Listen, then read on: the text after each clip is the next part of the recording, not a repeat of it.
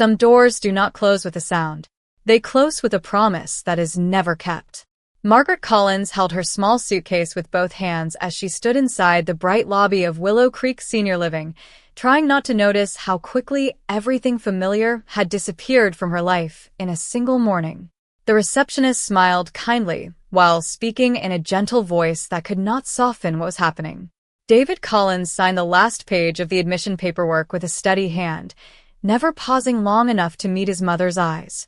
His younger brother, Eric, stood nearby scrolling through messages on his phone before slipping it back into his jacket pocket. They had spent the entire drive explaining why this decision made sense. The house had become too difficult to maintain. Their work schedules had become impossible to balance. Professional caregivers would understand her needs better than family members ever could. Every explanation sounded reasonable until it reached the silence that followed. Margaret listened without arguing because she had spent her whole life believing that love sometimes meant accepting difficult moments without making them harder. She remembered teaching those same boys to tie their shoes before kindergarten, staying awake beside their beds through childhood fevers, working extra shifts after their father passed away so neither of them would have to abandon college dreams because of money. She had never imagined that one day the strongest thing she would have left to give them would be permission to leave without feeling guilty. David finally slipped the pen across the reception desk and forced a smile that looked practiced rather than sincere. "Mom, this is only temporary," he said. "Once everything settles down, we will figure out a better plan." Eric stepped forward and gently squeezed her shoulder. "We will come back next weekend. You have my word."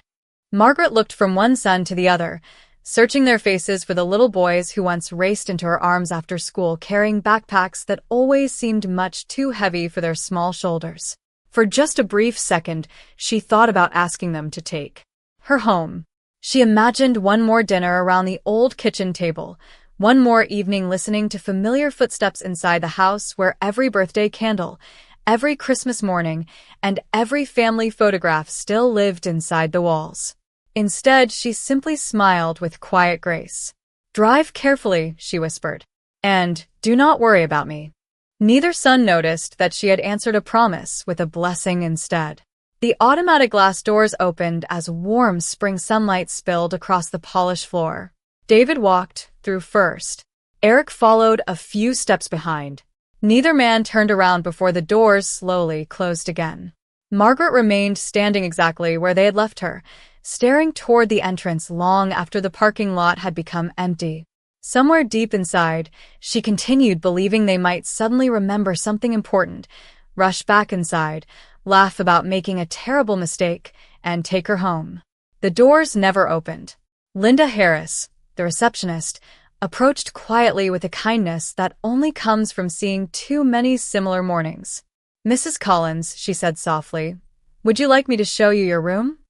Margaret blinked away the distant thoughts gathering in her eyes and answered with the same gentle smile that had comforted countless people throughout her life. "Yes, dear. I think that would be lovely." Room 214 overlooked a peaceful courtyard where a magnificent maple tree stretched wide branches across a field of carefully planted flowers. A weathered wooden bench rested beneath the tree, waiting for visitors who came every weekend to see parents and grandparents. Margaret placed her family Bible on the bedside table beside an old photograph showing David and Eric as smiling young boys wearing baseball uniforms several sizes too large. She folded her favorite blue cardigan across the foot of the bed before carefully arranging every small belonging inside the dresser, as though creating order might somehow calm the uncertainty settling inside her heart. That evening, she joined the other residents for dinner, thanking every employee who greeted her and complimenting the homemade apple pie, even though she barely tasted it. She laughed politely at conversations around the table, listened patiently to stories from strangers who would soon become neighbors, and carried herself with the quiet dignity that had defined her entire life. Before going to bed, she stood beside the window watching the courtyard grow darker beneath the evening sky. The maple tree swayed gently in the cool breeze while the empty bench rested beneath its branches. Margaret whispered a simple prayer for both of her sons, asking that they stay healthy, find happiness, and never carry more burdens than they could bear. Then she looked once more toward the hallway outside her room, smiled to herself with unwavering hope, and quietly believed that next weekend would surely arrive exactly the way they had promised. The first Sunday arrived with the gentle warmth of early spring, and Margaret Collins woke before sunrise with the quiet excitement of someone who still believed every promise deserved a chance to come true. She carefully brushed her silver hair, fastened the small pearl earrings she had worn on every important family occasion for years, and slipped into her favorite blue cardigan before making her bed with careful hands. When Linda Harris greeted her in the dining room, Margaret smiled warmly and said, "My boys will probably be here after lunch." They always preferred visiting once the morning traffic settled down. Linda returned the smile, even though she had learned not to ask too many questions on Sunday mornings. After breakfast, Margaret carried a small paperback novel to the weathered bench beneath the maple tree in the courtyard. From there she could see every vehicle entering the parking lot without appearing as though she were waiting. Every few minutes another family arrived carrying flowers, homemade desserts, balloons, or laughing grandchildren who raced ahead toward waiting grandparents. Margaret looked up each time a car door closed, her eyes quietly searching every face before returning to the book resting unopened across her lap. Noon arrived. The bench grew warmer beneath the bright sunshine, and the courtyard slowly filled with cheerful conversations. David and Eric never appeared. Linda eventually walked outside carrying a glass of iced tea. "Would you like to come inside for lunch?" she asked gently. Margaret smiled with graceful optimism. Perhaps they were delayed. There is always next weekend. 7 days later the routine repeated itself almost exactly.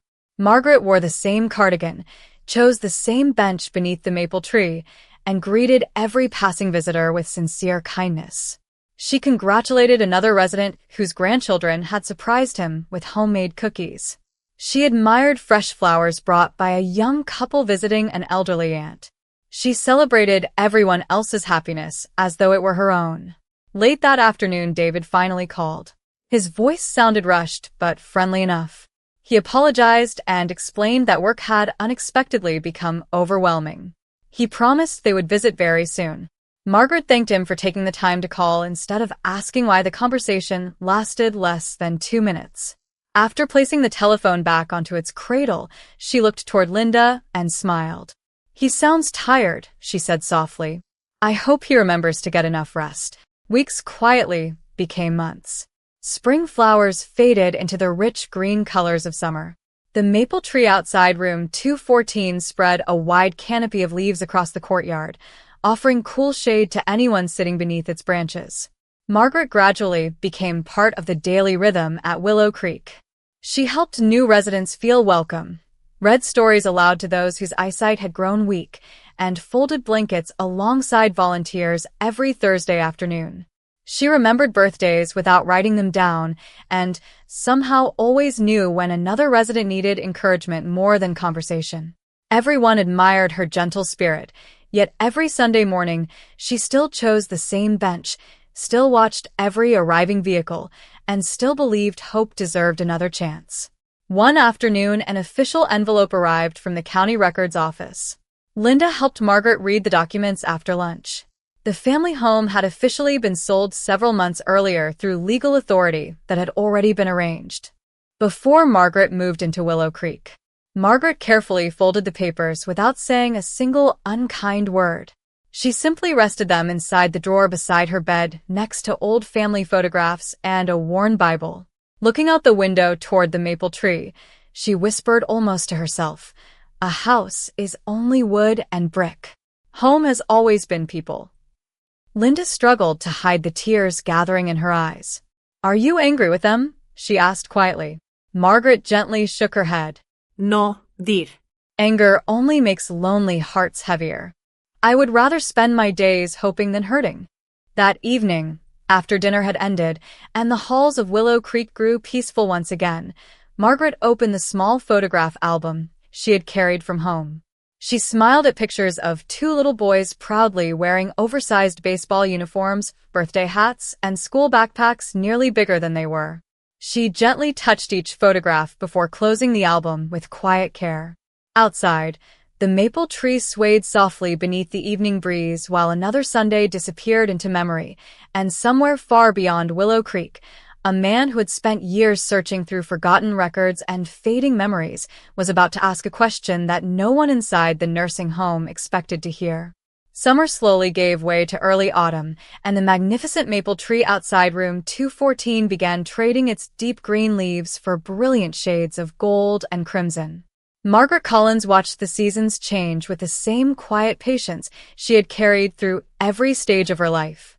The passing months had gently woven her into the heart of Willow Creek. New residents quickly learned that if they felt lonely, they only needed to sit beside Margaret for a few minutes before the world somehow felt lighter. She remembered every birthday without needing reminders, always knew who preferred tea instead of coffee, and somehow sensed when someone needed a conversation before they admitted it themselves. Every Tuesday afternoon, she helped organize donated books in the recreation room, carefully repairing worn covers with transparent tape so another resident could enjoy one more story. Every Thursday, she folded blankets with the volunteers, insisting that busy hands made grateful hearts. Every evening, she thanked every nurse by name before returning to her room. The employees often joked that Margaret had become the unofficial grandmother of Willow Creek, but beneath every smile remained one quiet routine that never changed. Every Sunday morning, she still walked to the weathered bench beneath the maple tree, carrying a small novel she rarely opened because her eyes naturally drifted toward every vehicle entering the parking lot. Linda Harris had stopped asking whether she expected visitors because she already knew the answer hidden inside Margaret's hopeful smile. One rainy afternoon, a new volunteer named Emily arrived from a nearby university to interview residents for a community history project. She spent nearly an hour speaking with Margaret, expecting stories about career achievements or memorable vacations. Instead, she discovered a woman who measured her life by people rather than accomplishments. "What are you most proud of?" Emily asked while adjusting her notebook. Margaret smiled thoughtfully before answering. "Watching two little boys become men. That was always enough for me." Emily hesitated before asking another question. "If you could change one thing about your life, what would it be?" Margaret looked through the window where raindrops slowly traced gentle paths across the glass. "I would remind every busy family that time disappears much faster than they imagine," she answered softly. "People always believe there will be another Sunday." Emily lowered her pen because the answer somehow felt too personal to interrupt with another question. Later that same afternoon, the reception desk telephone rang. Linda answered with her usual cheerful greeting before hearing the calm voice of a man she had never spoken with before. "Good afternoon," he said politely. "I hope you can help me. I have been searching for someone named Margaret Collins. Is she by any chance living at your facility?" Linda politely explained that she could not confirm personal information about residents. The caller immediately respected her answer. "I understand." "Completely," he replied. "Please forgive the interruption. I have been looking for her for a very long time." There was something unusual about his voice. It carried neither urgency nor curiosity. It sounded remarkably like gratitude waiting patiently for permission to arrive. Before ending the call, he asked one final question. "Does your courtyard still have a large maple tree?" Linda looked through the front windows toward the familiar tree standing proudly above the weathered bench where Margaret spent every Sunday. "Yes," she answered carefully. "It does." The man remained silent for several seconds before quietly saying, "Then I believe I have finally found the right place." The line disconnected before Linda could ask his name. She remained standing beside the telephone, replaying the brief conversation in her mind. Whoever the mysterious caller was, he somehow knew details that no stranger should have known. That evening, as the last golden sunlight filtered through the maple leaves and painted gentle patterns across the courtyard, Margaret sat peacefully on her favorite bench, watching the breeze carry a few early autumn leaves toward the ground. She had no idea that somewhere only a few hours away, a man was carefully placing an old wooden memory box into the passenger seat of his vehicle, preparing for a journey he had waited 3 decades to make, determined to fulfill a promise that time had never been able to erase. The following morning, Linda Harris found herself thinking about the mysterious telephone call far more often than she expected. During her years at Willow Creek, she had answered hundreds of questions from concerned relatives, insurance representatives, medical offices, and community volunteers, yet something about the stranger's quiet voice refused to leave her thoughts. He had not asked about property, finances, or legal documents. He had only asked about Margaret Collins and the maple tree standing faithfully in the courtyard. It sounded less like someone searching for information and more like someone searching for home. 2 days later, the telephone rang again shortly after 10 o'clock. Linda answered with the same cheerful greeting, and the familiar calm voice returned. "I apologize for calling again," the man said politely. "I wanted to ask whether Mrs. Collins still enjoys reading books." Linda smiled despite herself. "I cannot discuss our residence," she answered gently, "but I appreciate how respectfully you continue asking." The man thanked her without complaint. Before ending the call, he quietly added, "Please tell her that someone has never forgotten her kindness." This time Linda could not let the moment pass. "May I at least ask your name?" she said. There was a brief silence before he answered. "My name is Daniel Brooks." After the call ended, Linda wrote his name carefully on a small yellow note and carried it with her throughout the day.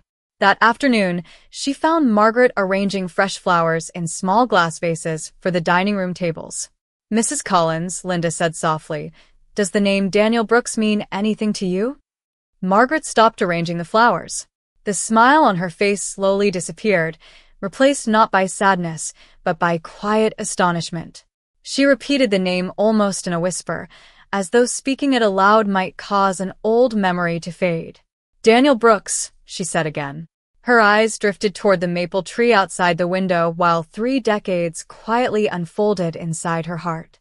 "I thought I would never hear that name again." Linda gently pulled up a chair beside her. "Who was he?"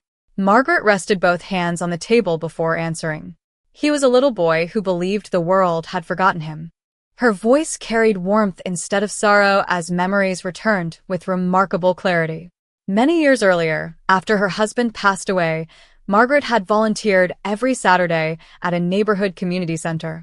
One cold afternoon, a shy 12-year-old boy wandered inside, wearing an oversized jacket and carrying a backpack with a broken zipper held together by safety pins.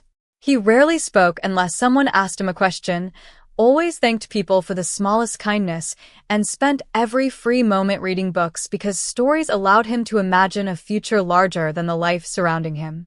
Margaret noticed him almost immediately. She never embarrassed him by asking difficult questions. Instead, she simply packed an extra lunch every Saturday, helped him finish homework after the other children left, found donated books she believed he would enjoy, and quietly encouraged him every time he doubted himself. "He once told me that nobody expected anything from him," Margaret said with a gentle smile. "So, I decided I would." Linda listened without interrupting. Margaret laughed softly as another memory returned. On the day he received his college scholarship, he hugged me so tightly I could hardly breathe. Before leaving, he promised that one day he would come back and thank me properly. I told him that living a good life would be thanks enough. Linda looked down at the yellow note still resting in her hand. Perhaps he never stopped trying to keep that promise. Margaret folded a fresh white flower into the vase before quietly answering, "Some promises are made by children. Those are often the ones spoken with the most honest hearts." Outside the window, the autumn breeze carried golden maple leaves gently across the courtyard while hundreds of miles away Daniel Brooks carefully placed an old wooden memory box beside the driver's seat of his vehicle. Inside the box rested faded photographs, handwritten notes, and every reminder of the woman whose simple acts of kindness had changed the entire direction of his life. And before the next sunrise ended, he intended to place that treasured box into the hands of the person who had unknowingly given him his future. The next morning arrived with crisp autumn air and brilliant sunlight filtering through the golden leaves of the maple tree outside Willow Creek. Margaret Collins woke before the breakfast bell, although this time her heart carried a quiet feeling she could not explain. It was not excitement, and it was not worry. It felt more like an old memory gently knocking on a familiar door. She folded her blue cardigan across the end of the bed for a moment before putting it on with the same careful hands that had dressed 2 little boys for school countless mornings many years earlier. Linda Harris stopped by room 214 carrying 2 warm cups of coffee and an unusually bright smile. "Mrs. Collins," she said softly, "someone called again this morning." Margaret looked up from the family photograph resting beside her Bible. "Daniel?" Linda nodded. "He said he is already in town. He asked whether today would be a good day to visit." Margaret remained silent for several seconds before quietly whispering, "I have waited 30 years without expecting anything. I suppose I can wait a few more hours." Linda smiled as both women shared a peaceful laugh.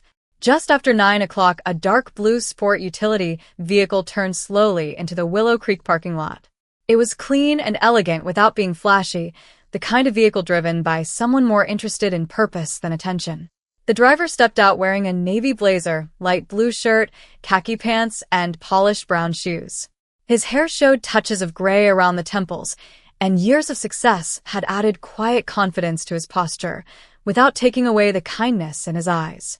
In one hand, he carried a weathered wooden box secured with worn brass hinges. Before entering the building, he paused beside the sidewalk, looking toward the maple tree standing proudly in the courtyard. He closed his eyes for only a brief moment, as though thanking life for allowing this day to finally arrive. Linda recognized him immediately from his calm voice. "Mr. Brooks?" she asked gently. He smiled with genuine warmth. "Thank you for taking my calls." Linda returned the smile. She has been waiting without even realizing she was waiting. Daniel lowered his eyes for a moment before quietly asking, "May I see her?" Linda nodded and guided him toward the courtyard. Margaret was sitting on the familiar wooden bench with an open novel resting across her lap, although she had not turned a single page. When she heard footsteps approaching, she looked up politely, expecting another volunteer or a resident. Instead, she saw a familiar smile hidden beneath the face of a grown man. Neither of them spoke at first. 30 years quietly disappeared between one heartbeat and the next. Daniel stopped a few feet away before carefully placing the wooden box on the bench beside her. His eyes filled with grateful emotion as he gently said, "Mrs. Collins, I finally came back." Margaret slowly stood, searching his face until recognition spread across her own. "Daniel," she whispered, almost afraid the moment might disappear if she spoke too loudly. Tears gathered in her eyes as she reached out and gently touched his cheek. "You kept your promise." Daniel smiled through his own emotion. "You believed in me long before I knew how to believe in myself. I could never forget that." They embraced quietly beneath the maple tree while autumn leaves drifted softly around them. Residents paused during morning walks. Nurses slowed their steps. Volunteers smiled without fully understanding the story unfolding before them. It felt as though everyone instinctively recognized they were witnessing something precious. After a long moment, Daniel carefully opened the wooden box.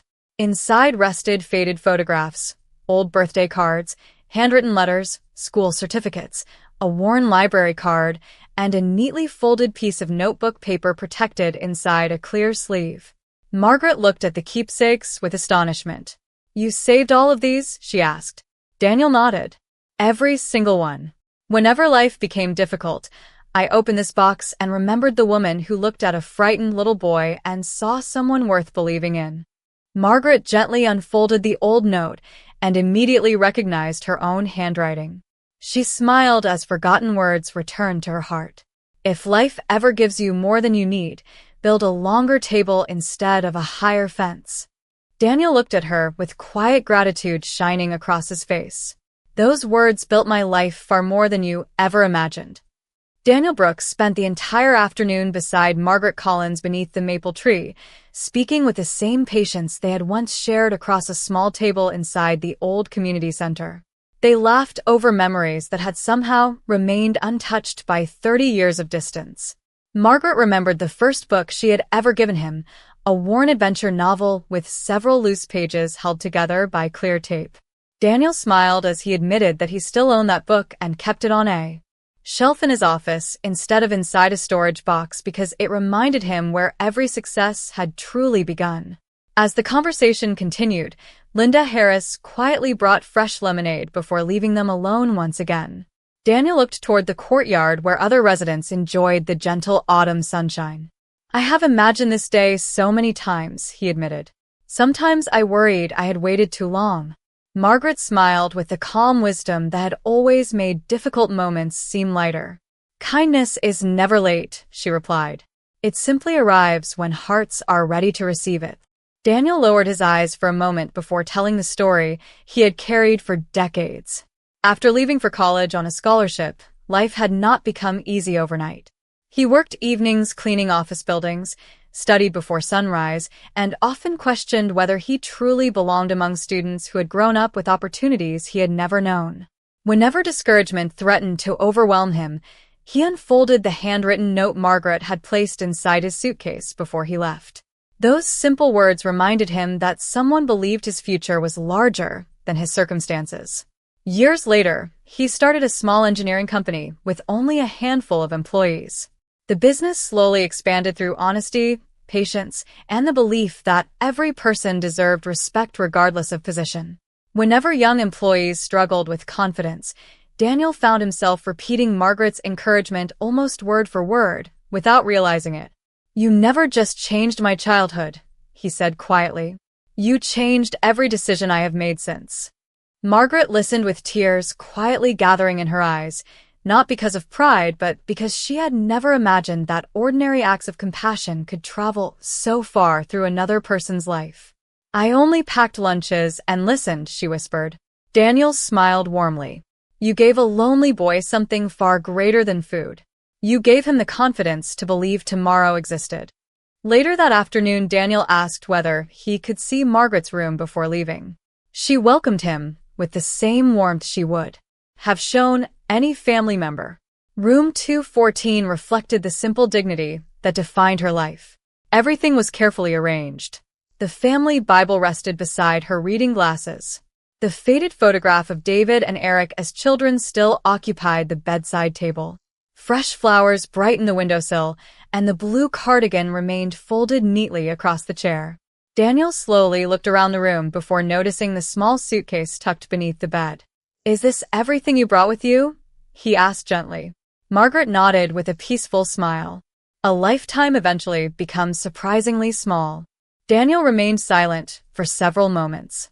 His attention then drifted toward the half-open drawer beside the bed where several birthday cards were carefully stacked in perfect order.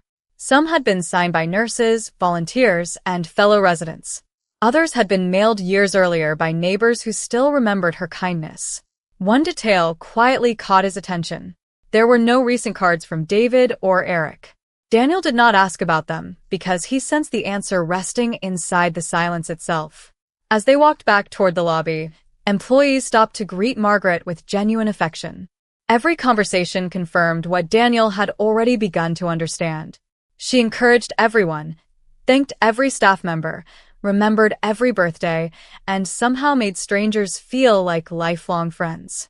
Before leaving Willow Creek that evening, Daniel paused beside Linda at the reception desk. "May I ask you something honestly?" he said.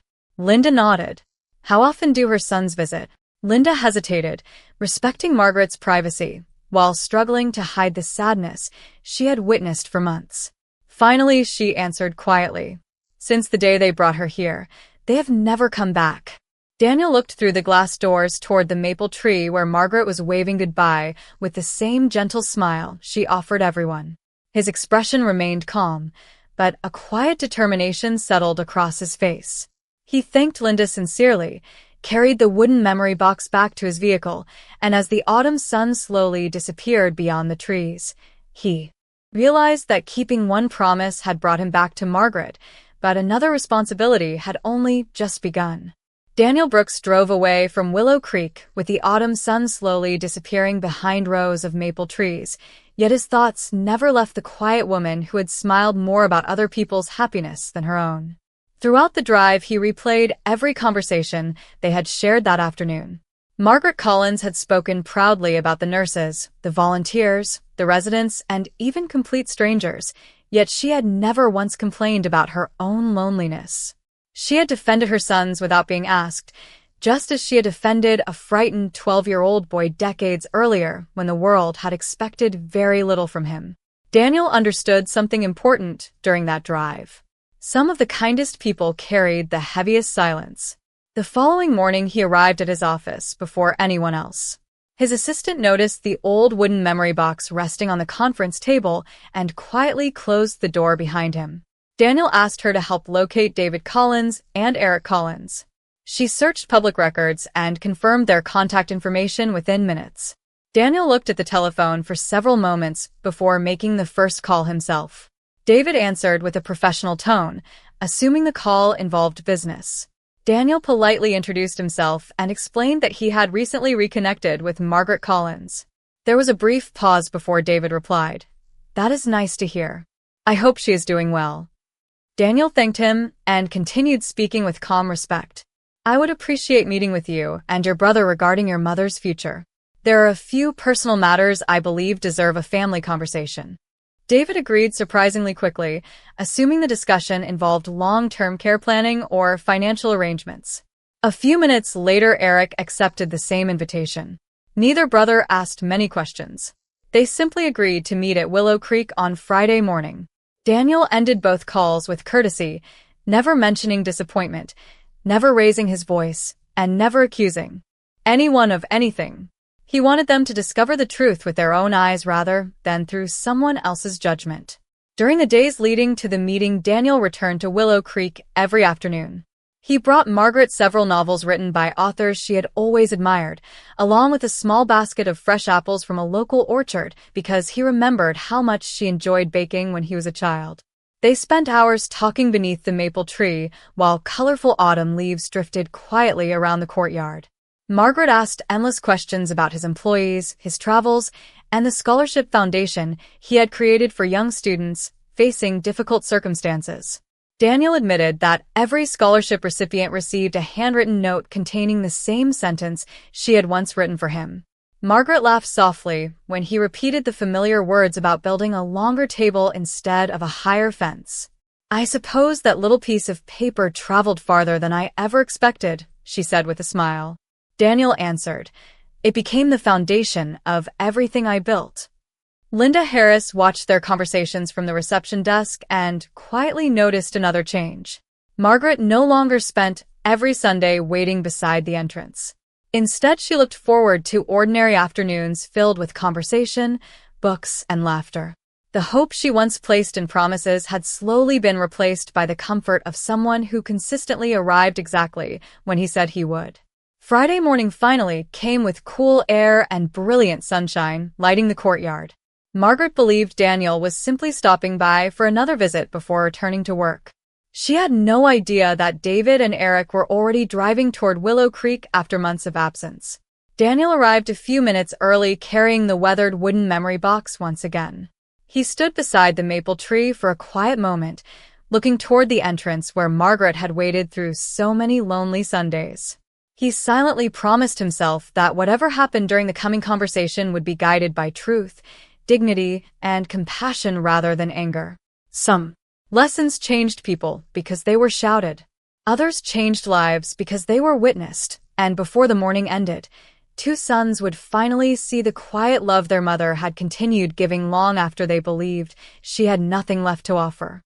Friday morning unfolded beneath a brilliant blue sky as golden sunlight filtered through the maple tree that had quietly witnessed so many lonely Sundays. Willow Creek moved through its usual peaceful routine, unaware that this day would become one no one inside the building would ever forget. Margaret Collins spent the morning in the recreation room, helping Emily arrange donated books on freshly polished shelves. She believed Daniel Brooks was simply stopping by for another afternoon visit, and the thought alone brought a gentle smile to her face. At the front entrance, two familiar vehicles rolled into the parking lot only minutes apart. David Collins stepped out first, dressed in a tailored business suit with the confident posture of a man expecting an ordinary meeting. Eric Collins followed shortly afterward, adjusting his jacket while glancing around the property with an uneasy expression he could not explain. Months had passed since either brother had crossed the entrance of Willow Creek.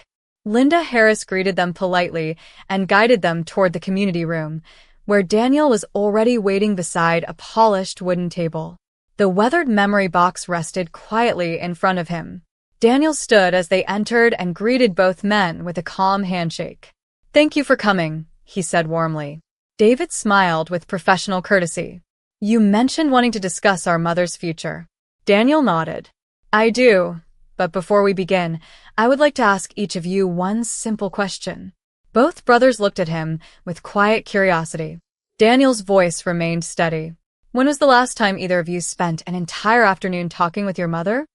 Neither man answered immediately. David finally cleared his throat. "Things have been complicated." Eric quietly added, "Work has kept us busier than we expected." Daniel listened without interrupting or judging. He slowly opened the wooden box and carefully removed a faded photograph showing a smiling Margaret standing beside a shy 12-year-old boy holding his very first library card. Next came handwritten notes, birthday cards, scholarship letters, and the folded piece of notebook paper Margaret had written decades earlier. He placed each item gently across the table as though every memory deserved its own place. "This woman changed my life," Daniel said softly. "She saw value in a frightened child when almost everyone else looked away. She packed extra lunches without making me feel ashamed. She stayed after the community center closed to help me finish homework. She believed my future was greater than my circumstances long before I believed it myself." David and Eric quietly looked down at the keepsakes spread before them. Daniel continued speaking with remarkable calm. "Last week I found her sitting beneath the maple tree outside. She still smiled every time a vehicle entered the parking lot. She never complained about either of you. She never blamed you. Every time someone asked about her family, she proudly said her sons were building good lives." His words settled over the room with quiet weight. "She protected your reputation, even while carrying her own loneliness." Neither brother spoke. Their silence answered every question Daniel had never asked. Through the large windows, they could see the maple tree standing proudly in the courtyard. Margaret laughed softly with another resident while helping arrange flowers in colorful glass vases, completely unaware of the conversation taking place only a few yards away. Daniel gently closed the wooden box before looking at both men once more. "I did not invite you here to accuse you," he said. "Your mother has forgiven you for things she has never even spoken aloud. I invited you because there is still time to become the sons she has never stopped believing you already are." David slowly lowered his head, unable to hide the emotion gathering in his eyes. Eric stared through the window toward the woman who had waited through countless Sundays without allowing disappointment to replace love. For the first time since leaving her at Willow Creek, both brothers understood that the greatest loss had never been the family home they sold or the busy schedules they constantly defended. The greatest loss had been every ordinary afternoon they could have spent beside the mother who had quietly given them an entire lifetime of unconditional love without ever asking for anything in return. The quiet silence inside the community room lingered for several moments before David Collins slowly stood from his chair. Without saying a word, he walked toward the courtyard where golden autumn sunlight danced beneath the maple tree. Eric followed close behind, his eyes fixed on the familiar figure of their mother arranging flowers with Emily, while laughing at something one of the residents had said. Margaret looked up as she noticed both of her sons approaching together. For a brief moment, surprise crossed her face, but it disappeared almost instantly beneath the same warm smile she had carried through every season of waiting. "You boys came," she said softly, as though they had arrived exactly when expected instead of months later. David embraced her tightly, his shoulders trembling with quiet emotion. "I am so sorry, Mom," he whispered. "I kept telling myself there would always be another weekend." Margaret gently rested her hand against his back exactly as she had when he was a frightened little boy after his first day of school. "You are here now," she answered with peaceful grace. "That is enough for today." Eric stepped forward next, unable to hide the tears filling his eyes. "I forgot how many Sundays passed," he admitted quietly. Margaret smiled and touched his cheek with the same tenderness she had shown throughout his childhood. "Then let us stop counting the Sundays we lost and start making new ones." Daniel Brooks remained several steps away, allowing the family to share a moment that belonged only to them. Linda Harris watched from the entrance with several nurses and residents standing quietly beside her. No one interrupted because everyone understood they were witnessing something far more powerful than an apology. They were watching forgiveness choose love over resentment. During the weeks that followed, Willow Creek slowly settled into a new rhythm. David and Eric began visiting every Saturday morning without fail. They shared lunch with Margaret beneath the maple tree, listened to stories they had been too busy to hear before, and discovered that the greatest gift she wanted had never been expensive presents or grand gestures. She simply wanted time. Daniel also continued visiting regularly, sometimes bringing books, sometimes fresh apples from the local orchard, and sometimes nothing more than conversation. The wooden memory box remained in Margaret's room beside the family Bible and the faded childhood photograph of her sons. One crisp autumn afternoon, Daniel arrived with a thoughtful invitation. He had recently finished renovating a comfortable lakeside cottage on his property, complete with accessible living spaces, medical support nearby, and a peaceful garden overlooking the water. "Mrs. Collins," he said gently, "for 30 years, I hoped I might someday repay even a small part of the kindness you gave me. Would you consider allowing me to care for you the way you once cared for me?" Margaret looked around the courtyard that had become her second home. She smiled at Linda, at Emily, at the nurses who had become friends, and finally at David and Eric, who stood beside her with grateful hearts. "I will always love this place," she said softly. "It gave me kindness when I needed it most." She then turned toward Daniel with the same gentle smile that had once changed the life of a lonely 12-year-old boy. "And I would be honored." A few weeks later, the little suitcase she had carried into Willow Creek rested once again beside her, but this time it no longer represented loss. It represented hope. Before leaving, Margaret hugged every employee by name, thanked every resident for their friendship, and spent one final moment beneath the maple tree whose branches had quietly witnessed her loneliness, her patience, and finally her joy. Daniel opened the passenger door of his vehicle while David and Eric loaded the last of her belongings. The brothers promised they would visit every weekend, not because they felt obligated, but because they finally understood what their mother had always known. Love is measured by presence, not intention. As the vehicle slowly disappeared beyond the tree-lined entrance, Linda watched until it was out of sight before looking toward the empty bench beneath the maple tree. It no longer seemed lonely. It simply stood as a quiet reminder that every act of kindness becomes a seed planted in another person's life, and even after many years, the harvest always finds its way back to the heart that first chose to love without expecting anything in return.